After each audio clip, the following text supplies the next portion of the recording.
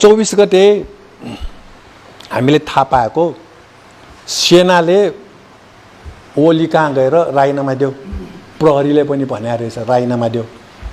मान्छे मर्यो 19 जना हिजो 23 गते, अब 24 गते फेरि चर्किन्छ राजीनामा देऊ भनेर 10 बजेतिर गएको रहेछ ओली कहाँ।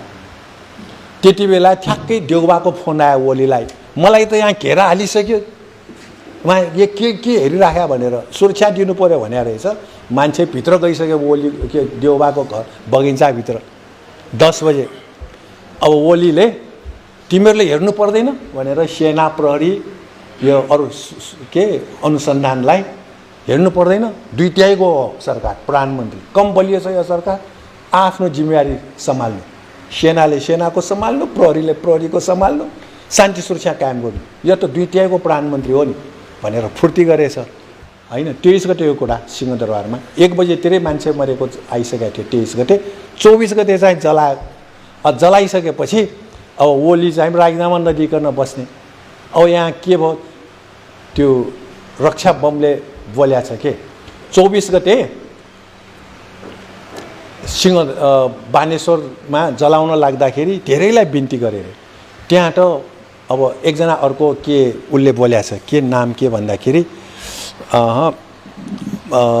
स्मारिका पराजुलीले बोल्या छ, अर्को सुमित पोखरेलले बोल्या छ 24 गते मादक पदार्थ सेवन गरेका समूह बानेश्वरमा भेला भयो 24 गते। अनि उनीहरूले कुरा गर्न थाले रे सरकारी कार्यालय जलाउने भनेर, यो न्युजमा आएको छ पत्रिकामै, सरकारी कार्यालय जलाउने जाउँ भन्न थाले रे। अनि उनीहरूलाई हामीले बिन्ती गर्यो, त्यो यो के सुमित पोखरेलले लेखा छ, जलाउने होइन हाम्रो काम, बिन्ती गर्यौँ कोही मानेन, नमान्दाखेरि भित्र पसे संसद भवनभित्र जलाइदियो। जलाएपछि फेरि त्यहाँबाट जलाएर अब यसलाई त रोक्नु पर्यो भनेर माइती घरमा टुङ्ग्याउने भनेर सबैलाई बोलाएको रे, ल माइती घर आउनु, माइती घर पुगेपछि सिंहदरबार जाने भनेर गुडुडुडुडु उता गइदियो रे। मान्छे त सबै अब मादक पदार्थ खाएर आएको भनेर बोल्या छ नि यहाँ यो नयाँ पुस्ताले।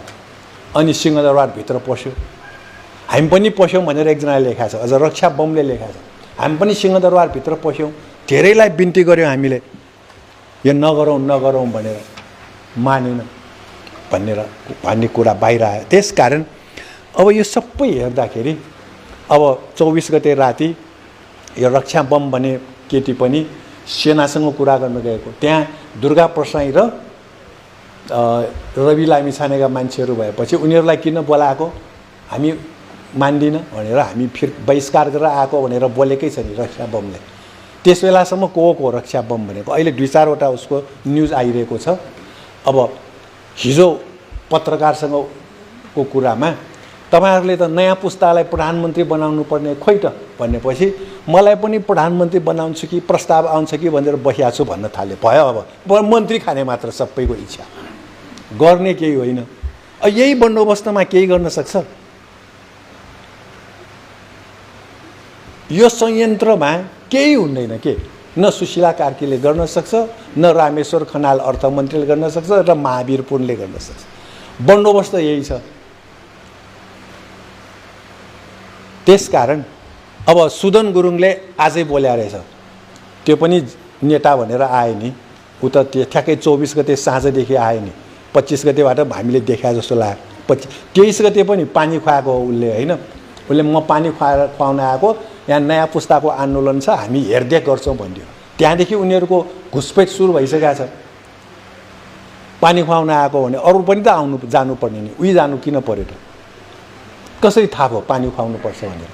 भनेपछि यिनीहरूको योजना छ। अब सुदन गुरुङले आज अल जजिरा भने कुन देशको यो कटार, हजुर कटारको अनलाइन टेलिभिजनमा बोल्या छ।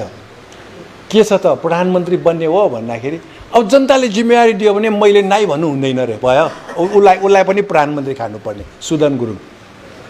जनताले जिम्मेवारी दियो भने मैले नाइ भन्नै मिलेन रे। ल अब एउटा प्रधानमन्त्री खाने अर्को मन्त्री खाने भनेर बसिया छ। देश कहाँ पुग्यो, सबै जलिसक्यो। Dear Nepal, I want to speak to you directly about what's happening in your country now. My name is Kazi Mamun. I study geopolitics out of passion. You may not have seen my interviews with global leaders like Dr. Mahathir Mohamad or Dr. Shirin Ebadi, but I ask you to listen carefully to me next few minutes.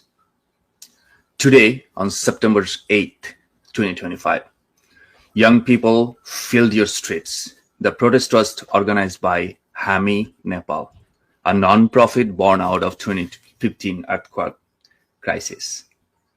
At first glance, it looks like youth power, but you must always ask, who funds these movements? Let's talk about Barbara Foundation connection. HAMI Nepal has a long connection with Barbara Foundation that is chaired by Dr. Sanduk Ruit. The Barbara Foundation is named after Barbara Adams, an American activist and writer who lived in Nepal. After her death in 2016, the foundation was restructured. But its early donation pipeline included a US mailing address. You can find it online. The Barbara Foundation has even hosted HAMI Nepal in its office space. Let's follow the money. In 2021, the Barbara Foundation announced a special award of, in Nepali rupee, it was like 10 million to frontline health workers during COVID. That was funded by Shorid and Aditi Gimier. Its chair, Dr. Sanduk Ruit, has a strong global NGO ties. He worked with the Fred Hollows Foundation in Australia to expand cataract surgery across Asia. He also co-founded Himalayan Cataract Project in the States. Now, Cure Blindness, a US-registered nonprofit that channels Western donations into Nepal and beyond. So while the faces may be Nepali, the funding networks often trace back to the West. Let's take a look at the pattern. This is not unique to Nepal, what's happening. In Bangladesh, foreign-backed NGOs and civil society groups played a key role in unrest and destabilizing the government under the banner of democracy and rights. The pattern is clear. Local groups fueled by foreign money, creating instability that foreign powers can exploit.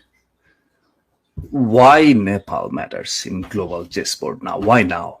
Because your country sits between China and India.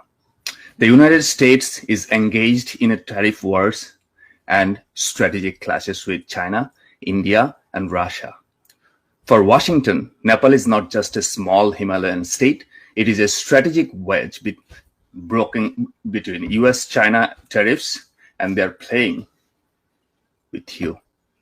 And history shows they don't always need tanks or soldiers. They use money, NGOs, foundations at their entry point.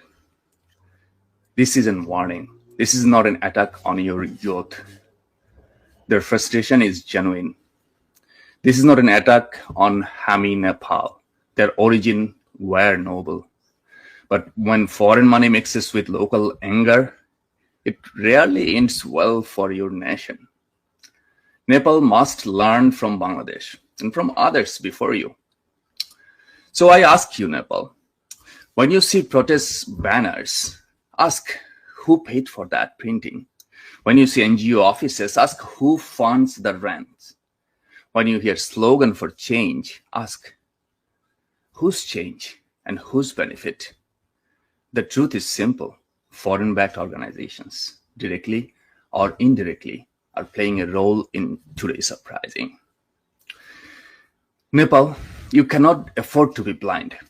This is the moment to see clearly, to protect your sovereignty, and to unite against foreign manipulation. Say it loud. You will not be pawns in another nation's geopolitical game. Wake up. Wake up now.